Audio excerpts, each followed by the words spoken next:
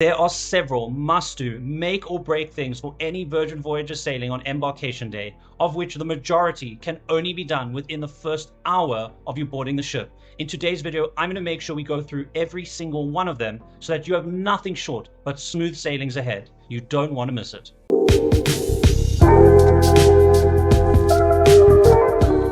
Welcome back to our next adventure with me, Jason. And yes, you heard that correct. This is no exaggeration. There are several things that even I do, no matter what the sailing is, the moment I get on board the ship, some of which I have to do within the first hour or else it's impossible to do them. And yes, I'm going to share those with you because they quite literally can make or break your entire sailing, no matter what you've got planned or what you've got booked. So, without further ado, let's begin. Number one on the list is additional dining slots. Yes, you heard that correctly. On Embarkation Day, the moment you board the ship and connect to the Wi-Fi, you'll have access to an additional 30% dining slots that were previously withheld by Virgin prior to Embarkation Day. So if you don't have any dining reservations by the time you step on board, or you have some that are unideal, or you'd like to make some changes, this is going to be the one time where you'll have access to some really sought after times across every single day, every single restaurant, and now you can go and make those changes. I highly recommend you do this the second you board the ship. Now, as a bonus fact, for breakfast on the last day of your sailing, if you want to book at either the Wake or Razzle Dazzle, they will have actually opened up previously not seen earlier dining times, specifically for those who need to leave the ship really early. Number two on the list are the added cost entertainment events. So what are these? Well, the moment you step on board the ship, you would have probably noticed that all those things on your event planner that previously said book on board and had a dollar sign next to it, well, now you can book because guess what? You're on board.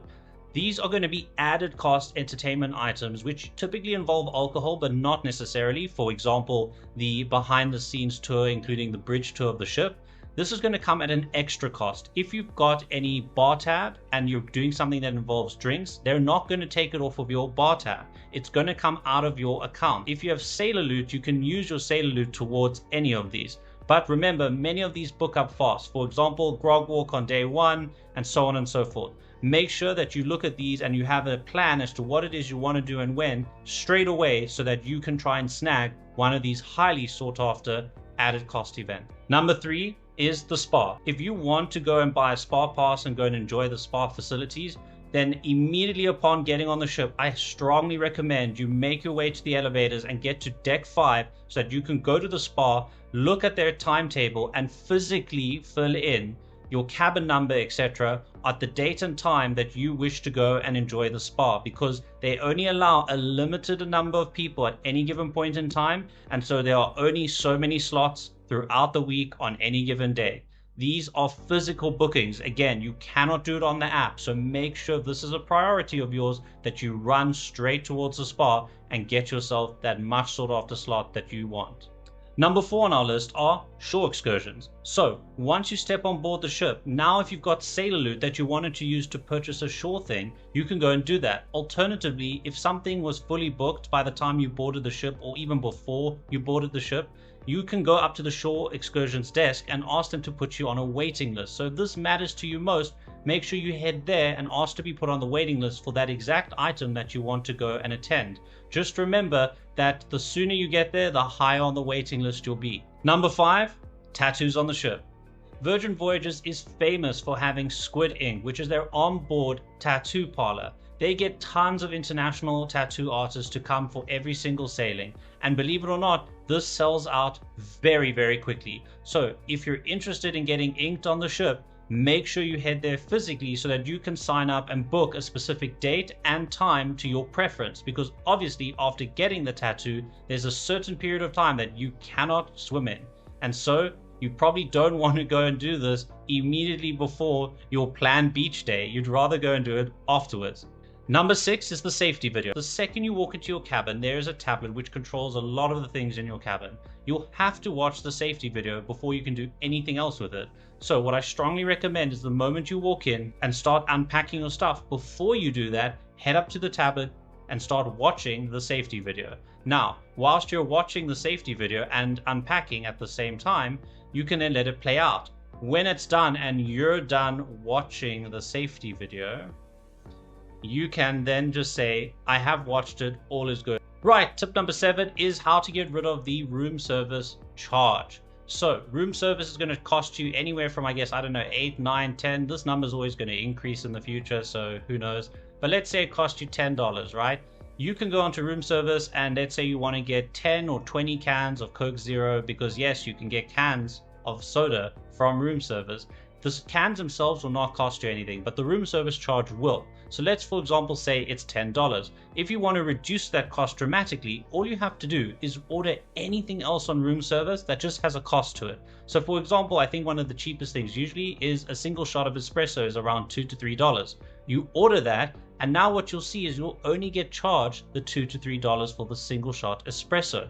The room service fee will completely be removed. So if you want to save yourself some money and stock up your mini fridge with cans of soda that you can either use whilst in your cabin, maybe just as you're heading to the pool, or you want to take one for the road when you're heading out or packing your day bag, you're welcome. By the way, a bonus tip, the only other place you can get a can of soda, again at no extra charge, on the ship is going to be the Sips Champagne Lounge. Anyway, moving on. Tip number 8 is specifically for solo sailors, but to those of you who don't travel solo, hang in there. We're going to get back to something that applies to everyone in a moment. Now, solo sailors, on day 1, you'll notice on the app, and you should get a physical invitation in your cabin, that there is a solo sailor meetup. Make sure you go to this. It is unbelievably valuable. Firstly, you're going to meet a bunch of other solo sailors and you get to have a nice social. Often, sometimes there's some drinks there, etc. Not only that, but you'll get to meet some of the happenings cast who are there to make sure that you have an awesome time.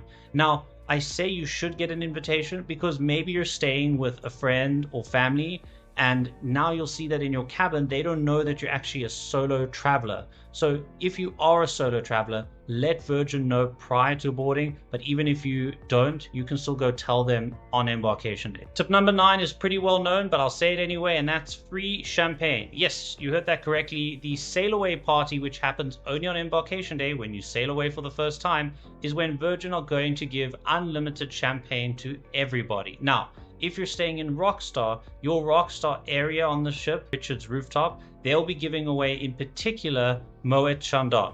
However, this is only available to those who are sailing in Rockstar suites. Now, to everyone else, this is not only going to be where you get free champagne, but it's also going to be where you get to be introduced to your incredible happenings cast. Each one of them are going to play a huge role in making sure that you have an amazing time throughout your sailing. Plus, it's a lot of fun and a great pre-party party. So make sure you go there and enjoy. Tip number 11, and our second last tip for the whole video, is going to be just for solos. But to those of you who aren't solos, hang in there. We're almost at the final tip for everybody. On night 1, you're going to have a solo sailors dinner.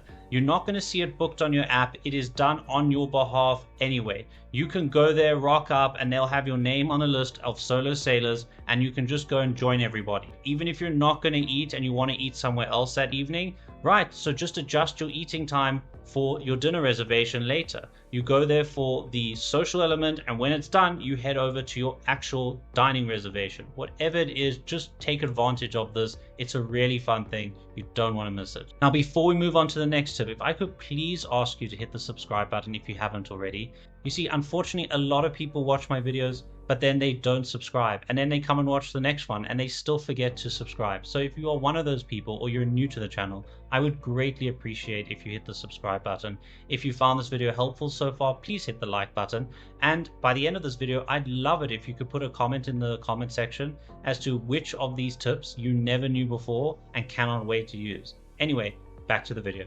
Thanks. The 12th and final tip is go to the PJ party. Now, before I tell you why you should go to the PJ party, let me just answer the inevitable question asked everywhere on the internet by people who have never been on Virgin Voyages, which is, what do people wear? What can I wear? I want to know what to pack.